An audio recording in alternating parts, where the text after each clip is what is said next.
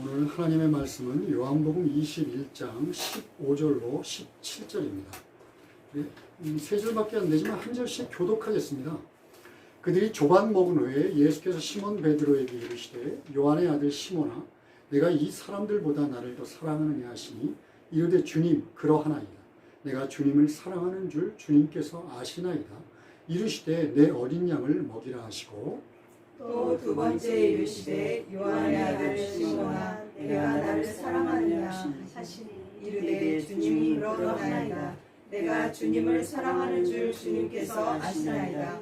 이르시되 내 양을 치라 하시고 세 번째 이르시되 요한의 아들 시몬아 내가 나를 사랑하느냐 하시니 주께서 세 번째 내가 나를 사랑하느냐 하심으로 베드로가 근심하여 이르되 주님 모든 것을 아시오니 여기 같이 읽겠습니다. 시작. 주님 모든 것을 아시오매 내가 주님을 사랑하는 줄 주님께서 아시나이다. 예수께서 이르시되 내 양을 먹이라. 아멘. 오늘도 역시 설교 구절 중에 하나 말씀 중에서 설교 제목을 삼았습니다. 내가 나를 사랑하느냐. 21장은 처음 1절에 이제 낙향한 그 제자들의 이야기로 시작을 합니다.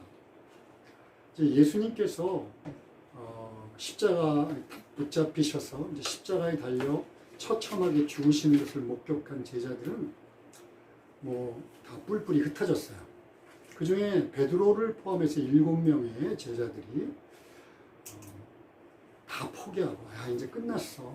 그리고 이제 실망한 마음을 가지고 낙향을 합니다. 그들의 갈릴리 호수가 근처의 고향이었기 때문에 그곳으로 와서 다시 어업을 합니다. 그리고 이제 얼마 지나지 않아 어업을 이제 하고 있는데 여느 때와 같이 이제 밤을 새워서 갈릴리 호수에서 고기를 잡고 있었어요. 근데 한 마리도 못 잡았습니다. 동이 틀 때까지 그물을 던졌는데 한 마리도 못 잡고 있는데 저 육지 쪽에 예수님께서 서서 부활하신 예수님입니다. 부활하신 예수님께서 일부러 찾아오셔서 얘들아 오른쪽에 배 오른쪽에 그물을 던져라 이렇게 명령하세요. 그러니까 이제 그 명령에 따라서 배 오른쪽에 그물을 던졌더니 그물을 들어올릴 수 없을 정도의 많은 그런 물고기를 잡습니다. 그 사건을 통해서 이제 두 번째 사건이니까 요한이 육지에 서 계신 분이 예수님인지를 알아요. 그리고 베드로에게 예수님이다 이렇게 알려줍니다. 그랬더니 베드로가 이제 옷을 입고 먼저 바다에 뛰어들어서 예수님께 나아가고 제자들은 배를 끌고 이렇게 다시 육지로 올라옵니다. 육지로 올라와서 보니까 예수님께서 숯불을 피워서 빵하고 물고기를 구워서 그들을 먹이십니다. 그리고 난 다음에 이제 우리가 읽은 내용이에요. 예수님께서 베드로에게 이제 조반을 먹은 후에 이렇게 됐으니까 3번 물어봅니다. 내가 나를 사랑하느냐. 그리고 또 여기에 베드로가 우물쭈물 3번 대답하는 것이 오늘 저희들이 읽은 내용입니다. 저는 오늘 이 본문을 가지고 두 가지 점을 강조하면서 설교를 좀 하려고 합니다. 많은 사람들이 이 예수를 좀 믿고 교회 생활을 좀 하면 이 구절은 대부분 압니다. 그죠? 그리고 어떤 설교를 할지 또 신앙생활 오래 하신 분들은 대부분 짐작을 하기도 합니다. 하나 제가 강조하고 싶은 것은요. 예수님께서 우리의 죄를 대신하셔서 십자가에 죽으신 사건은 정말 놀라운 은혜입니다. 그런데 그 십자가의 사건만 가지고 우리들의 구원은 완성되지 않습니다. 무슨 얘기인가 하면 마가복음 15장, 마태복음 27장에 예수님께서 이제 마지막 숨을 거두실 때 모습을 그리고 있어요. 그런데 이제 예수님께서 마지막 숨을 거두기 전에 엘리 엘리 라마 사박다니 무슨 뜻이냐면 나의 하나님 어찌하여 나를 버리십니까? 라는 부르짖음을 외치고선 돌아가세요. 이 말은 이 부르짖음은 도대체 무엇을 의미하는 걸까요? 예수님은 육신을 입고 이 땅에 오셨지만 성자 하나님이십니다. 그러니까 성부 하나님과 영원전부터 단 한 번도 그 성부 하나님과 갖고 있었던 그 깊고 친밀한 사랑의 관계에서 한 번도 끊어진 적이 없어요. 그런데 우리 인류의 죄를 지고 십자가에 달리실 때 그 하나님의 무서운 진노, 그 죄의 그 더러움, 그 심각함, 이것들로 인해서 하나님과의 관계가 완전히 끊어져 버렸어요. 그 고통과 끊어짐의 아픔과 두려움은요, 우리들이 상상할 수 있는 것이 아닙니다. 예수님께서 십자가에 달리시기 전까지 많은 고통을 겪으셨어요. 물론 정신적으로 모욕도 당하시고, 육체적으로야 우리가 잘 아는 것처럼 못에 박혀 돌아가시기도 하고 채찍질을 맞기도 하고. 그러나 그런 것들은요, 예수님의 이 영적인 단절, 하나님과 그 사랑의 관계가 완전히 끊어지는 것에 비하면 세 발의 피에 불과합니다. 예수님은 그걸 견디지 못했어요. 그래서 나의 하나님, 나의 하나님, 어찌하여 나를 버리십니까? 그렇게 크게 외치며 마지막 숨을 거두십니다. 그렇습니다, 여러분. 십자가의 사건은요, 놀라운 은혜입니다. 감사함이죠. 그러나 십자가는요, 그저 징계에 지나지 않습니다. 하나님과의 관계가 끊어지는 것에 지나지 않습니다. 하나님의 그 불타오르는 진노 아래 받은 형벌에 불과합니다. 예수님에게도 철저한 형벌이었고 철저한 버려짐이었어요. 우리가 알고 있는 어떤 종교처럼 이 십자가에 예수님이 그대로 달려있다. 그 상태에 그대로 머문다. 우리들의 죄를 지고 십자가에 대속의 죽음을 죽으셨다만 머무른다면 여러분과 저의 죄의 문제는 해결되지 않습니다. 여전히 우리는요, 하나님의 징계 아래 있습니다. 하나님의 진노 아래 있고 하나님이 완전히 우리를 끊어버리신, 하나님과는 다시 이어질 수 없는 그런 상태에 머물러 있을 뿐입니다. 결국 그 모든 징계는 우리가 다 받지 않으면 안 됩니다. 오늘 본문에서 봤던 베드로와 그 제자들도 마찬가지예요. 그들에게 예수님의 십자가는요, 그냥 실패입니다. 그냥 허무함이고 자기들이 여태까지 꿈꾸고 왔던 꿈들이 꺾어지고 무너지는 것이고, 예수님과 가졌던 그 믿음의 관계, 신뢰의 관계, 사랑의 관계가 완전히 끊어져 버린 것에 지나지 않습니다.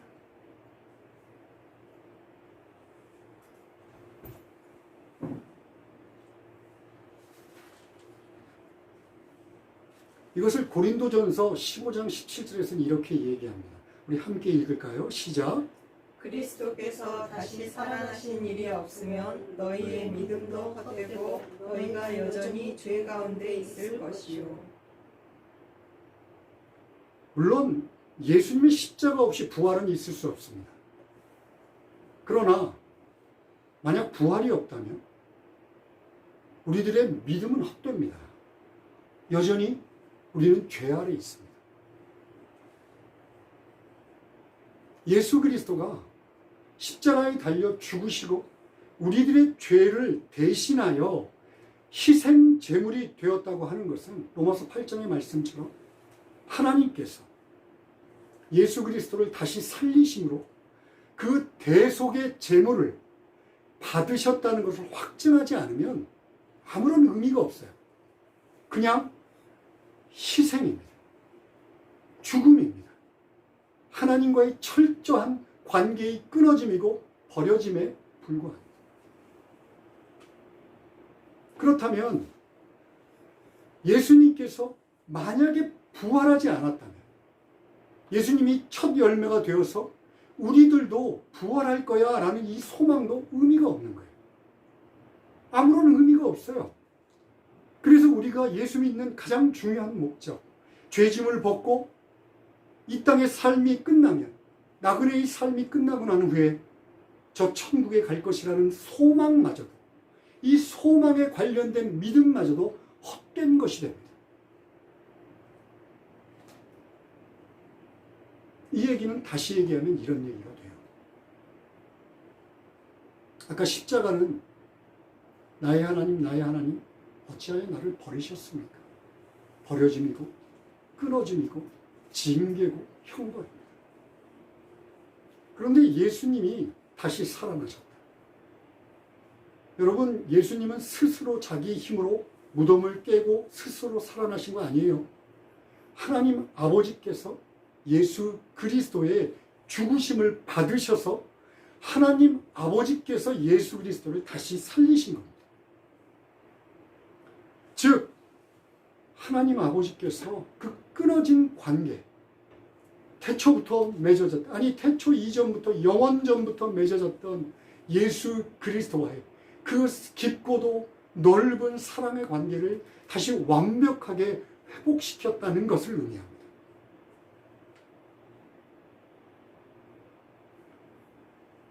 마찬가지로 예수 그리스도의 십자가의 죽음만이 아니라 부활은 참으로 예수 그리스도의 십자가의 사건 그리고 부활을 믿는 자들에게는 단지 죄 용서받고 구원받아 천국 간다는 것만이 아니라 하나님 아버지께서 죄로 인해 완전히 끊어져 버린 우리들의 관계를 그리스도 예수의 부활을 통해 완벽하게 회복시켰다는 이야기도 됩니다. 여러분, 예수 믿고 구원받는 건요, 그냥 죄사함 받고 하나님이 좀 순종하게 만들어서 저 천국으로 데려가겠다, 이런 차원의 것이 아닙니다. 예수 믿고 구원받았다는 것은 하나님이 태초에 우리 인간들을 만드신 목적대로 우리를 회복시켰다는 얘기예요. 어떤 목적으로 우리들을 만드셨나요? 깊고도 친밀한 사람의 관계를 갖고 서로 교제하며 그렇게 아름다운 사랑을 나누겠다는 목적으로 인간들을 창조하셨다고 성경은 기록합니다. 그러니까 예수 믿고 우리가 재창조되었다라고 하는 것은 이 부활을 통하여 우리가 하나님의 자녀, 원래의 목적대로 새롭게 되었다라는 것을 의미합니다. 그렇기에 예수 그리스도는요, 부활하신 후에 제일 먼저 하신 일이 뭐였죠? 그 당시 권력자나 빌라도 총독이나 대제사장이나 능력 있는 유력자들을 찾아가서 봐라, 내가 다시 부활했다, 내가 하나님의 아들이다 라고 자랑하지 않으셨어요. 예수님의 죽음으로 인하여 철저하게 좌절한 사람들, 모든 희망이 끊어진 사람들, 귀신 들려서 예수님께 치료받았지만 예수님이 죽으셨어, 모든 게 끝났어, 실망하고 좌절했던, 아무런 가치조차 없었던, 그 당시는 아무런 가치조차 없었던 여성들에게 찾아오셨습니다. 그리고 오늘 저 시골의 어촌의 촌놈들, 아무것도 아닌 시골 무지랭이들, 그들에게 찾아오셨습니다. 일부러. 왜요? 내가 너희들과 맺었던 그 사랑의 관계를 다시 맺기를 원한다. 다시 완벽하게 회복하기를 원한다.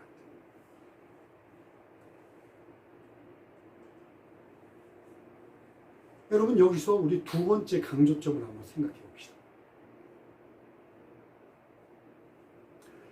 예수님의 이 마음, 우리들을 그 사랑의 친밀한 관계로 회복시키기를 원하는 이 사랑의 마음을 알면 부활하신 예수님이 일부러 찾아오셔서 베드로에게 왜 내가 나를 믿느냐라고 물으셨다는 것을 이해할 수 있습니다.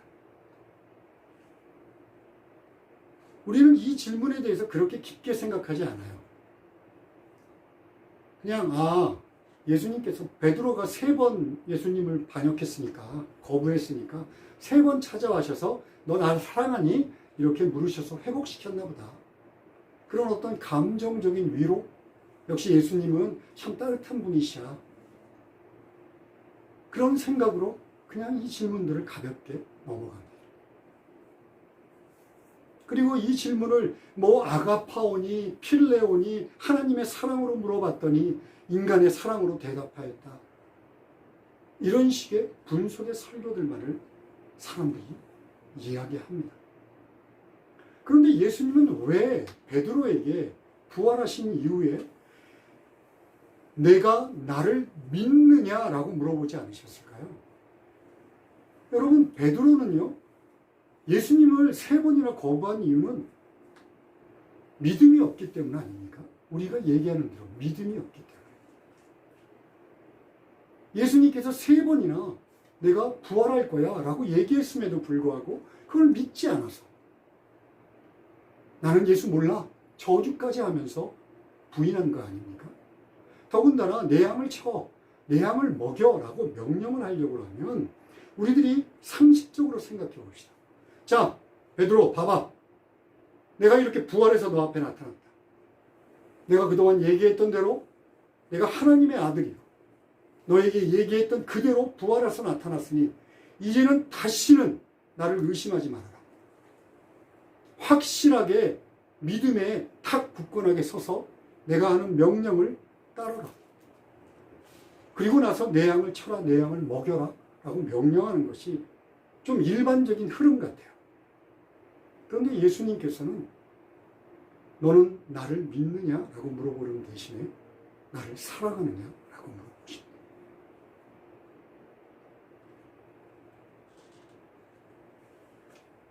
이 질문에는요, 여러분, 오직 기독교만이 갖고 있는 새로운 믿음의 지경이 열렸다는 이야기입니다. 이 세상의 모든 종교들이 도저히 생각도 할 수 없고 상상도 할 수 없던 일이 그리스도 예수의 부활로 인하여 열렸다는 것을 얘기합니다. 우리들은 기독교, 그리스도교입니다. 예수 그리스도가 하나님 아버지, 하나님의 하나님이시며 또한 우리 죄를 위해 이 땅에 오셨고 우리 죄를 위해 죽으셨고 장사되셨고 그리고 성경의 예언대로 3일 만에 부활하셨고 그리고 모든 이들에게 부활의 증거로 나타나셨다고 하는 것을 기초해서 세워진 것이 바로 기독교입니다. 그런데 이 기독교만이 갖고 있는 예수 그리스도가, 부활하신 예수 그리스도가 열어주신 새로운 믿음의 지경이 바로 이 내가 나를 사랑하느냐에 들어가 있습니다. 이를 이해하기 위해서는 좀 더 구체적으로 제가 3가지 사랑이 갖고 있는 특성을 말씀드려야 될 것 같아요. 사랑은요, 서로 동등한 관계가 세워지지 않으면 사랑한다라고 하는 관계는 세워질 수 없습니다.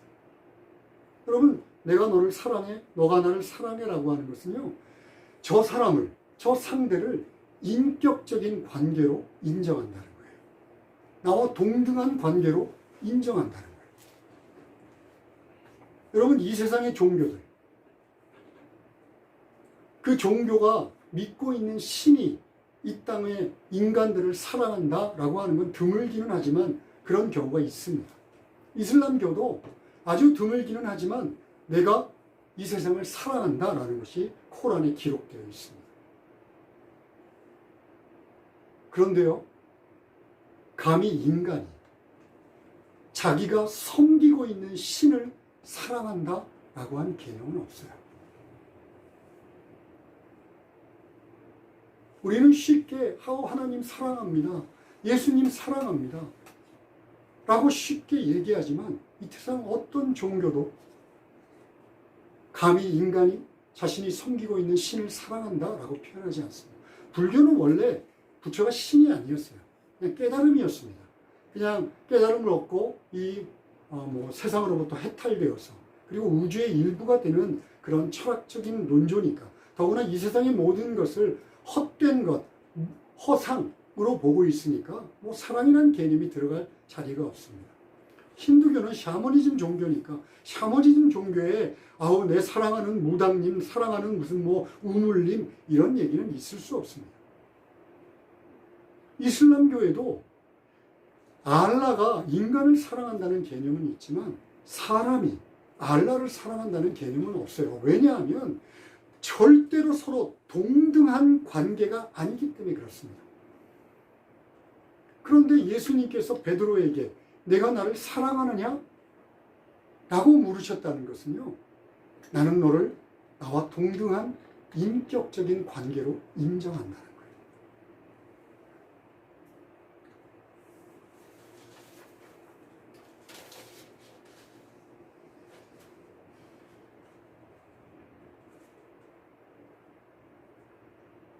이것이 바로 사랑이 첫 번째 갖고 있는 특성입니다. 예수님의 질문이 갖고 있는 그 진의입니다. 내가 너를 이제 나의 종이나 그런 자로 생각하는 것이 아니라 나의 친구로 생각합니다. 자, 두 번째 중요한 특징이 있습니다. 그건 자발성입니다. 자발성. 여러분, 사랑의 관계는 일방적으로 형성될 수 없습니다. 여러분, 내가 일방적으로 너를 사랑해 라고 하는 것은 요즘 우리 데이트 폭력에서 자주 보시죠? 폭력에 지나지 않습니다. 일방적으로 너를 사랑해 라고 하는 것은 폭력이에요. 믿음이라고 하는 속성에도 사실은 권위와 힘과 능력에 의해서 그것을 믿고 있는 그 대상의 권위와 힘과 능력을 두려워 떠는 마음으로 어쩔 수 없이 끌려가는 속성이 믿는다라고 하는 것은 들어가 있습니다. 사실 그것도 믿음의 일부입니다. 그런데 예수님께서 부활하신 후 우리들에게 요구하는 이 사랑은요, 요한 1서 4장에서 분명하게 얘기하고 있는 것처럼 온전한 사랑은 두려움을 내어 쫓습니다. 온전한 사랑은 두려움을 내어 쫓아요. 이 얘기는 무슨 얘기냐면 완전한 사랑의 관계에서 맺어지면 질질질 두려워서 끌려가는 그런 믿음의 관계, 종속의 관계가 아니라 서로 자발적인 생각으로, 자발적인 의지로 서로 사랑하는 관계가 된다라고 하는 것을 말합니다. 여러분, 이 얘기는요, 반대의 경우도 충분히 생각해 볼 수 있습니다. 여러분, 아담과 하와의 사건 기억하시나요? 인류의 죄가 시작된.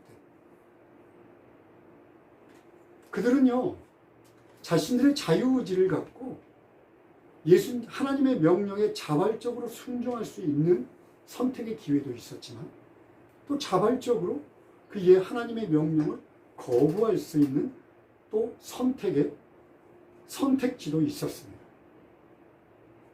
이 얘기는 무슨 얘기냐면, 여러분, 예수 믿고 난 후에도 네가 나를 사랑하느냐? 라고 물어보는 것에 대해서 우리가 거부할 수 있다는 거예요. 그리고 전능의 능력을 갖고 있는 하나님이신 예수님께서 내가 나를 사랑하느냐? 라고 묻는 것에는요, 기다리겠다는 얘기입니다. 참아내겠다는 이야기입니다. 네가 스스로 기쁨과 감사를 가지고 나의 이 깊고 큰 사랑을 깨닫고 내게 응답하여 나를 사랑할 때까지 내가 너를 묵묵히 기다리겠다고 하는 그 겸손하고 낮아진 하나님의 마음을 전하고 있는 겁니다. 여러분, 우리가 그리스도 예수의 부활로 이런 존재가 되었습니다.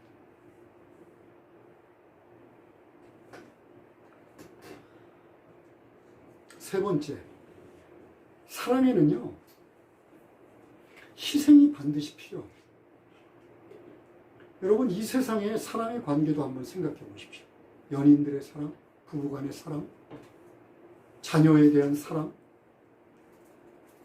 그 사랑이 정말 참된 사랑이 되기 위해서는 희생하지 않는 겁니다.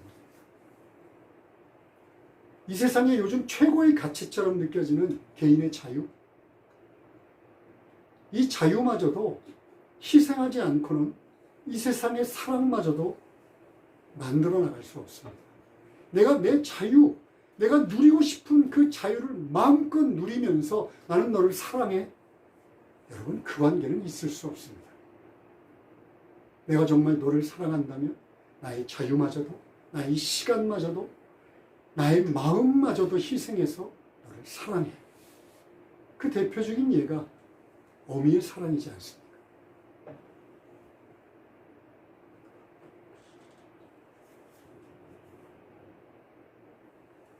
부활하신 예수님께서는 베드로에게, 사실 베드로에게만은 아니에요. 오고 가는 모든 세대, 특별히 십자가의 사건에 머물러 있지 않고 그리스도의 부활을 믿고 있는, 그리하여 자신이 참된 구원의 신앙을 갖고 있는 모든 사람들에게 내가 나를 사랑하느냐라고 묻는 이 질문에는요, 사랑이 기초합니다. 사랑, 예수 그리스도가 그 십자가 상에서, 아니 당신의 하늘 보좌를 내리고 이 땅에 낮아지고 낮아진 그 크고 말로 설명할 수 없는 사랑에 기초합니다. 그래서 당당하게 예수님은 물어보실 수 있는 거예요. 네가 나를 사랑하느냐? 그리고 사랑에 대한 응답은 여러분 희생을 전제로 합니다. 많은 사람들이 사랑한다 그러면 요즘같이 특히 얄팍한 시대에는, 특히 교회에서 하나님 사랑합니다, 입으로, 입술로 마음이 뜨거워져서 막 눈물 흘리면서 찬양하면서 하나님 사랑합니다, 감정적인 엑스터시, 그런 느낌을 사랑이라고 착각합니다. 아니면 하나님이 저를 사랑하시죠, 사랑해 주셔서 너무 감사합니다, 언제까지나 하나님 나를 사랑해 주십시오, 나를 포기하지 마십시오, 하나님의 사랑이 정말 필요합니다. 여러분, 이건 이기적인 욕심에 기인하지 않습니다. 예수님을 위해서, 하나님을 위해서 아무런 희생도 하고 싶지 않다. 기껏 하는 게 예배 참석하는 거, 말씀 좀 보는 거, 여러분 그게 희생입니까?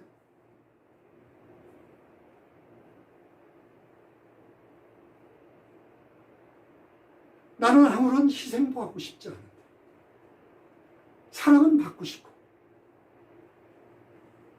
여러분 그건 사랑이라고 말할 수 없습니다.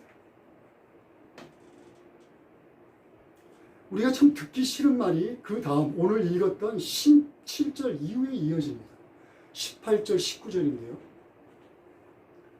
거기서 예수님이 이 사도 베드로가 어떻게 죽을지를 설명하세요.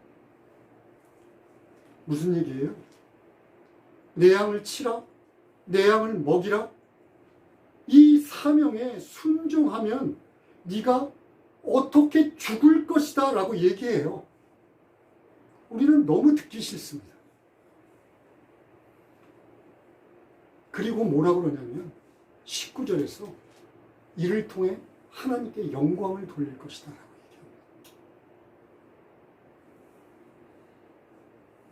여러분, 사랑은요, 예수님의 이 질문, 내가 나를 사랑하느냐? 라고 하는 이 질문은 희생이 없이는 성립되지 않습니다.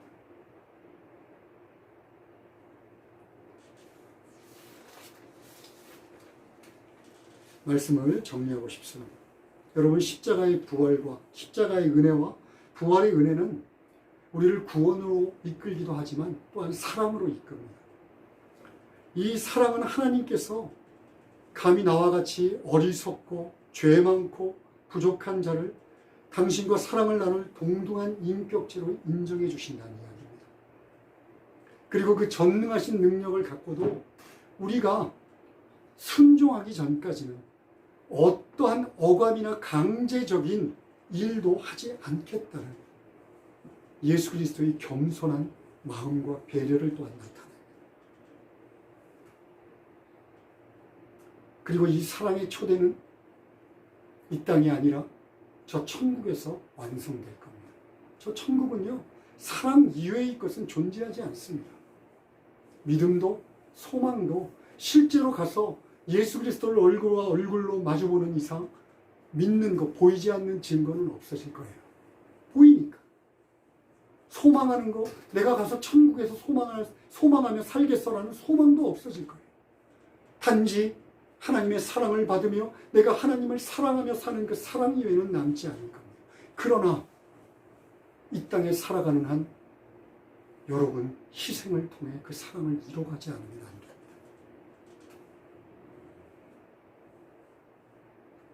그리고 사실 내가 예수 그리스도를 위해서 무언가 희생하고 있다는 그것이 내가 예수를 사랑한다는 증거일지도 모릅니다.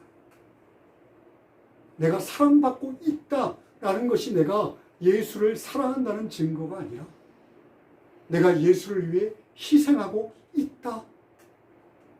이것이 예수를 사랑한다는 증거입니다. 물론 다시 한번 얘기하지만 우리가 베드로 같은 인물은 아닙니다. 그리고 베드로 같은 사역을 맡기지도 않으셨으니까 우리들의 목숨을 내놔라 라고 얘기하지 않을 거예요.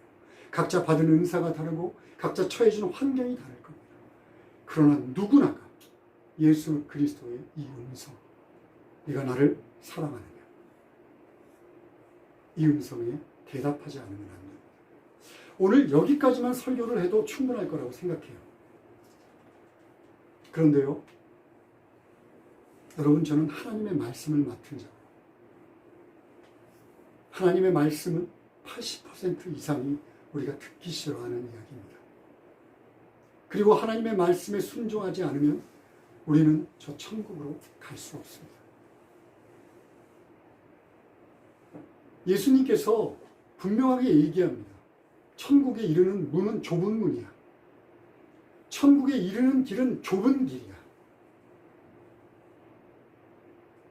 그런 예수님께서 오늘 네가 나를 사랑하느냐라고 물어보신다면 이 사랑에 대해서 우리는 좀 더 진지하고 심각하게 받아들여야 합니다. 우리가 그 밑에 고린도전서 16장 22절 앞에 우리 한 목소리로 읽기를 원합니다. 시작. 만일 누구든지 주를 사랑하지 아니하면 저주를 받을지어다. 성경은요, 너무나 분명하게 이야기합니다.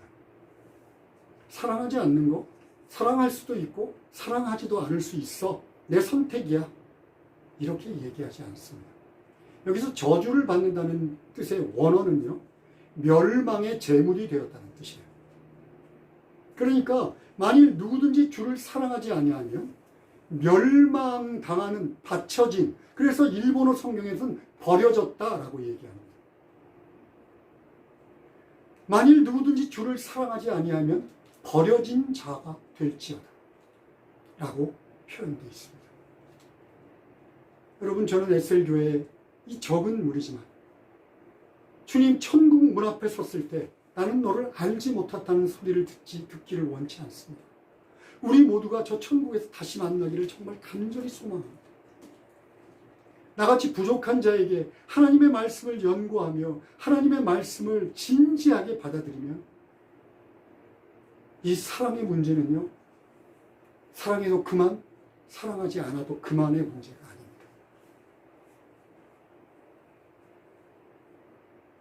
부디 예수 그리스도의 오늘 베드로에게 했던 이 음성이 내가 나를 사랑하느냐, 이 음성이 여러분들에게도 들리기를 원하고 여러분들이 거기에 응답하기를 간절히 소망합니다. 기도하시겠습니다. 하나님 아버지, 감사합니다. 예수 그리스도의 그 크신 사랑이 우리를 참으로 구원으로 이끕니다. 주님, 그 사랑은 우리 안에 차고 넘쳐서 우리 사랑을 받아들이는 그 순간 우리는 주님과 동행하는 놀라운 기쁨과 넘치는 사랑으로 충만해질 것을 또한 믿습니다. 주여, 우리를 인도하여 주시옵소서. 예수님의 이름으로 기도합니다. 아멘.